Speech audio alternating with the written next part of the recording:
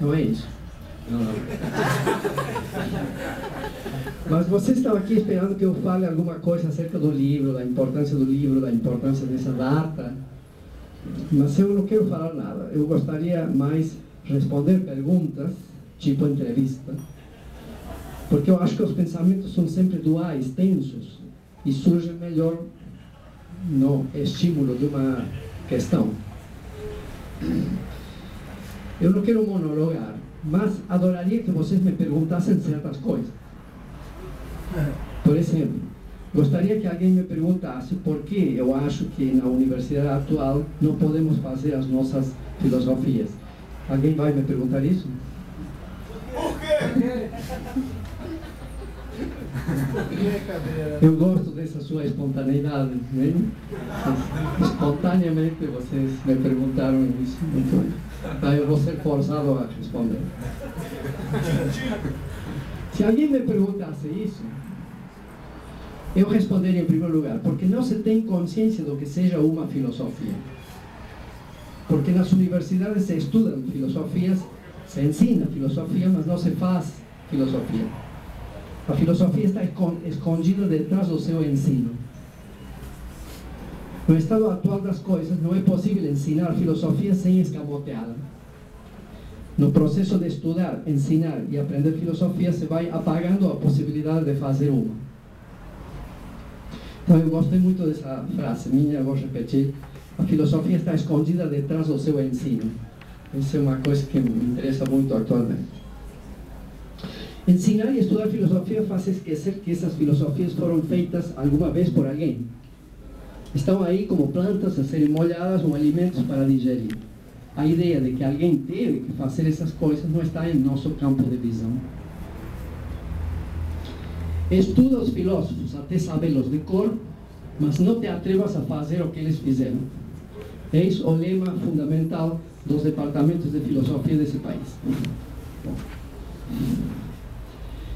Então, o primeiro problema é que se perdeu completamente de vista o que seja a gênese de um pensamento. Cada estudante se vê a si mesmo como um contemplador e um usuário de pensamentos, e tenta ser idôneo nisso. Como máximo, como um intérprete de pensamentos. Mas uma filosofia que surja das suas próprias entranhas é algo de inimaginável no panorama atual. Os departamentos de filosofia se constituem em torno desse apagamento básico da gênese viva de pensamentos. Os pensamentos estão para serem observados, mas há aí um vazio a ser soprado por uma vontade própria que ninguém estimula. Faz um mês atrás estivemos, Murilo Seabra, Rafael Alves e eu, em Belo Horizonte, participando do encontro anual do grupo Fibra, liderado pelo professor Margucci, um dos estudiosos do pensamento brasileiro. E eu falei lá de um pensador uruguaio que se chamava Carlos Vaz Ferreira, que viveu na primeira metade do século XX.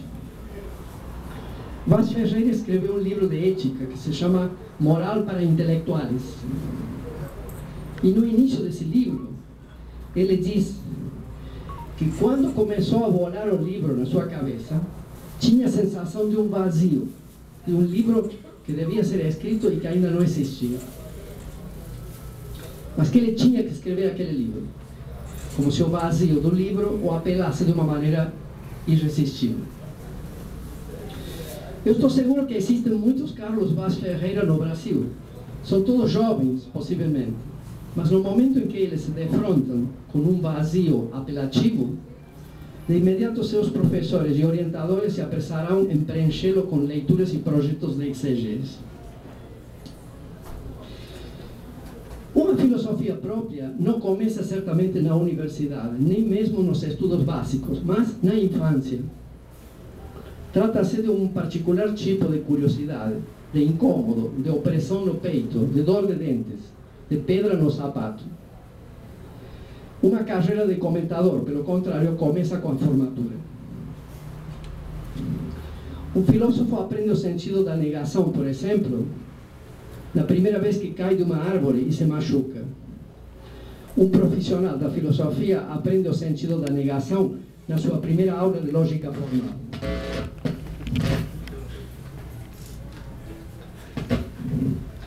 Então, estudar filosofia é uma empreitada essencialmente adulta. Ela tentará enterrar os pensamentos diletantes da infância embaixo de muitas informações e metodologias.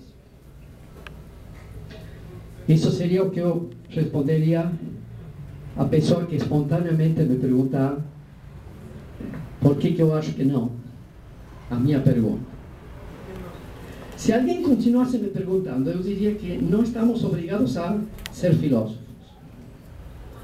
Já existem muitas filosofias, não temos por que fazer mais uma.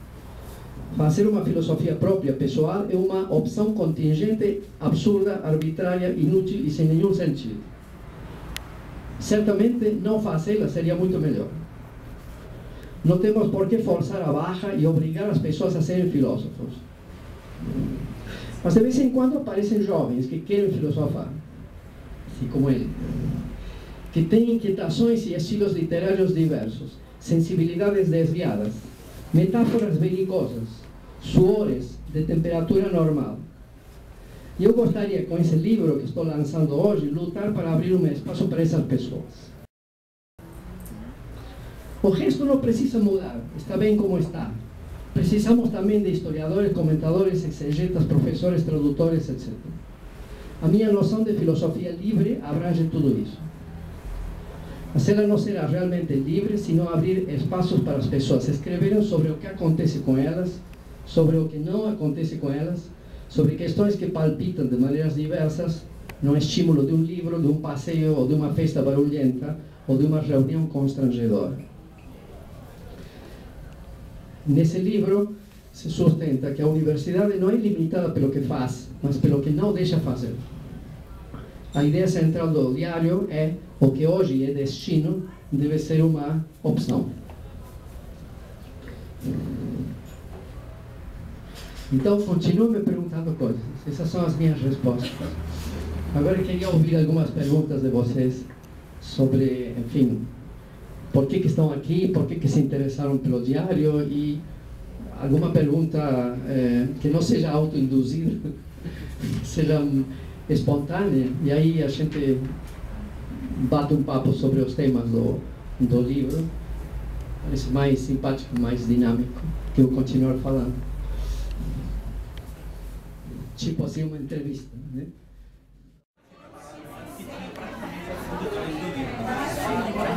Agora, depois tem que ser a parte